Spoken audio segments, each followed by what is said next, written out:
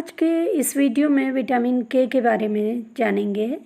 Vitamin के हमें किन चीज़ों से मिलता है, विटामिन के से हमें क्या फ़ायदा होता है और साथ ही विटामिन के की अगर कमी हो जाती है तो उससे हमारे शरीर को क्या नुकसान होता है।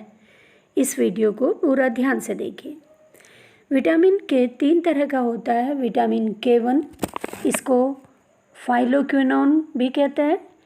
विटामिन के2 मेनाक्विनोन इसे कहते हैं। विटामिन के3 मैनेडियोन कहते हैं इसे। विटामिन के1 सब्जियों से मिलता है। इनमें हरी पत्तेदार सब्जियां इसका बहुत अच्छा स्रोत है। सभी तरह की गोभी, पत्ता गोभी, फूल गोभी, ब्रोकली, केल, ये सब से विटामिन के मिलता है।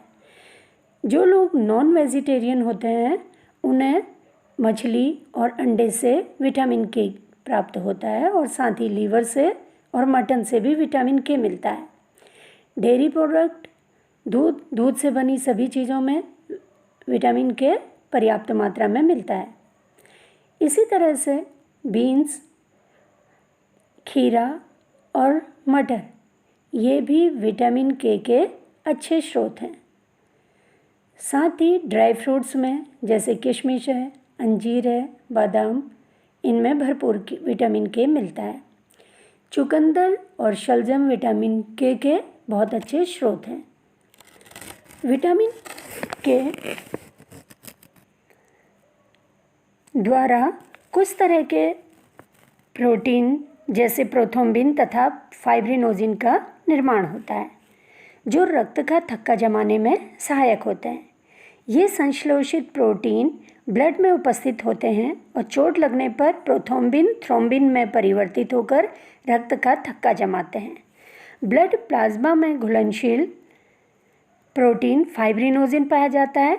चोट लगने पर थ्रोम्बिन तथा थ्रोम्बोप्लास्टिन के साथ मिलकर फाइब्रिन नामक जाल के समान रचना बनाती है। ये जाल की तरह जो रचना होती है, इसमें बहुत छोटे छोटे से छेद होते हैं जिसमें रक्त कणिकाएं फंस जाती हैं और उससे बाहर नहीं निकल पाती हैं। इसी को रक्त का थक्का जमना कहते हैं। विटामिन के शरीर में 2 तरह से कार्य करता है। शरीर के अंदर ब्लड को जमने नहीं देता और शरीर के बाहर बहने नहीं देता।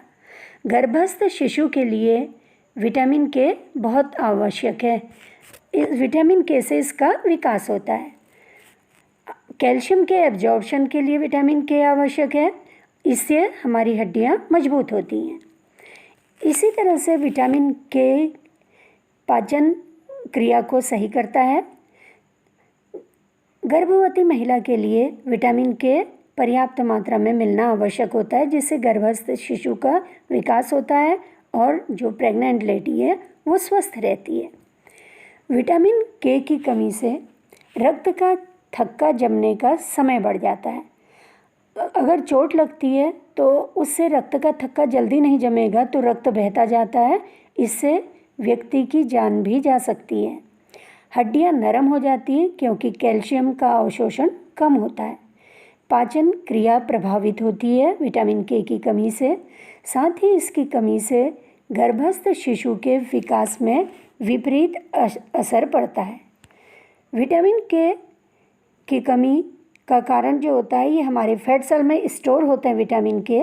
लेकिन यदि किसी कारणवश कि शरीर की कोई प्रॉब्लम के कारण ये अवशोषित नहीं हो पाते विटामिन के, तो इसकी कमी से हमारे शरीर को बहुत अधिक नुकसान हो जाता है।